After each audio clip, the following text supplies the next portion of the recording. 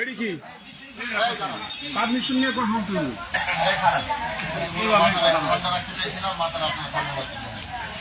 আমি যে এখানে বসে আছি দেখেন না আপনারা কথা বলবেন কেন আপনারা এখানে? আপনি ওনারা কেন কাউন্টার দিলেন কেন? আপনি কাউন্টার কেন দিলেন? আপনি চুপ করেন।